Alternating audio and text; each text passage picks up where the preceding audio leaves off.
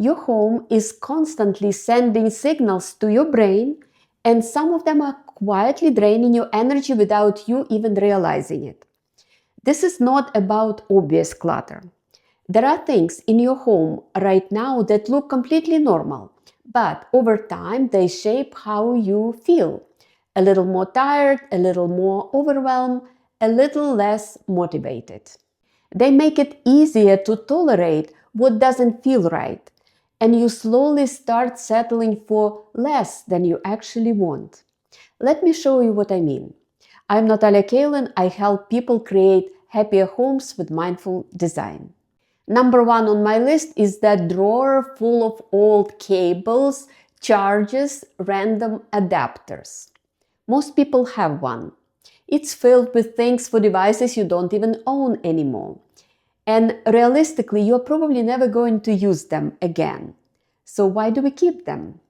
Because they create a kind of open loop in the mind, a small unresolved decision that never gets completed. And when your environment is filled with these tiny unfinished decisions, it quietly drains your mental energy. Number two, old bedding and towels. Most people have a stack of these somewhere, in a closet, a guest room, or under the bed. And the intention of keeping these sounds reasonable. What if I have extra guests? But here is the question. Would you actually feel good giving these to someone you care about? You don't want to use them yourself anymore. You already bought some new linens and towels, but somehow it feels so wrong to let go of these old ones. I know I've been there myself. But the truth is, it's not really right to keep them either. Your closet is probably overfilled, and you would likely sleep better if you didn't have extra things stored under your bed. And often the reason we hold on to things like this isn't really practical. It's a subconscious fear. What if something happens and I need this later? Or even deeper, what if I can afford better again? But when your space is filled with backups for worst case scenario, it quietly keeps your mind focused on that possibility. And over time, it creates a feeling of limitation and scarcity. Let's talk about cookware. Have you recently bought yourself a new set of pans to replace scratched non-stick pans or other worn-out cookware? And then push the old set to the back of the cabinet, saving it for just in case. Are your kitchen cabinets overfilled now? I get it. You might want an extra set for Thanksgiving or when you have people over. But some things like scratched non-stick pans and pots are really not a good idea to keep. Keeping these and knowing they are not good for you or your guests is a compromise you're making. You may not think about it consciously, but it's there. Your home should support quality, ease, and care. Not this will do, but this feels right. If you are enjoying this info, please consider giving it a thumbs up and support the channel by subscribing. Next are bulky items. Things like old pillows, old comforters, and old sofa pillows you've already replaced with new ones. They take up a lot of space. You probably keep them for the same reason, just in case. And yes, you do need a set for guests. But it would probably make you happier to give your guests something that actually feels good to use. And more importantly, maybe you deserve to have your space feel lighter and clearer. Because bulky items don't just take up physical space, they create a feeling of heaviness and stagnation in your environment. When your space feels overloaded, it becomes harder to feel clear, relaxed, and at ease. Let's talk about something most people don't think about very often.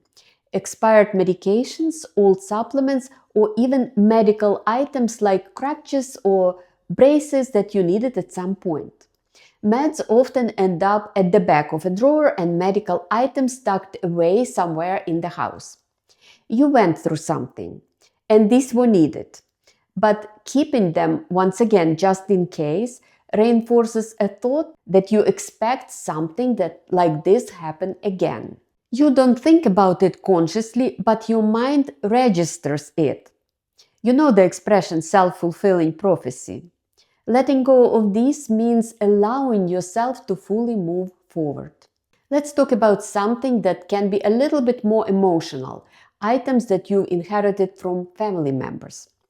Maybe it's furniture, decor, art, or just things that ended up in your home over time. Some things you may love, other things you don't. They don't fit your style, you don't use them, but you keep them because it feels wrong to let them go. One of my viewers shared that she accidentally broke a vase that her deceased uncle wanted her to keep, and she felt so much better not having it in her home. She also said that if this accident would not happen, she would not have a courage to just let it go.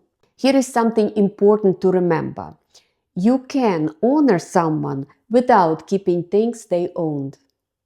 When you surround yourself with things that don't feel right to you, your space starts to feel less like your own. And over time, that creates a sense of disconnect. Your home should reflect you, your taste, your energy, your life now, not a sense of obligation. Number 7 is very personal. Clothes that don't fit you anymore. Not from last year, but from 5 or even 10 years ago. They stay in your closet waiting for someday. And it's not really about the clothes, it's about what they represent. Maybe a different version of you, a different time, or a different way you saw yourself. But when you see them over and over again, they can quietly create pressure, a sense that you're not quite where you're supposed to be. And that's a heavy feeling to carry in your own home. Letting go of this isn't giving up, it's making space for who you are now. Your home should support you, not remind you of a version of yourself that no longer fits your life. This next one is easy to overlook: digital clutter. Open your phone. How many apps do you actually use? And how many are just sitting there, unused, forgotten, or downloaded just in case? When your screen is filled with things you don't need, it creates visual noise. And even if you are not paying attention to it, your brain is. It makes it harder to focus, harder to find what you actually need, and it adds a subtle sense of overwhelm. A clear, simpler screen feels very different. It's calmer, things are easy to find, and your mind responds to that immediately. Try it after you finish this video. And this next one is very common and very easy to underestimate. Duplicate items. Multiple spatulas that you don't use, extra scissors, several of the same thing in different drawers. It doesn't seem like a big deal, but it adds up, takes space, and makes your cabinets feel stuffed and harder to find things that you like to use. Because every extra item is something your brain has to process, even if just for a second. And when you multiply that across your home, it creates a low level of constant distraction. This isn't really about organization, it's about clarity. When you have exactly what you need and not much more, everything feels easier. And the last item on my list is free items. Promotional things, random giveaways, hotel toiletries, extra tote bags, things you didn't really choose. They come into your home without intention and then they stay. And over time, they start to fill your space with things that you don't need or want. Your home should have things that you actually want, use, and enjoy. None of these items are dramatic on their own, but together they create a background signal that affects how you feel every single day. Let me know in the comments what you found in your home and whether you're going to keep it or you had an aha moment and ready to let it go. Small shifts in your space often create the biggest shifts in how you feel. Thanks for watching. I'll see you in the next video.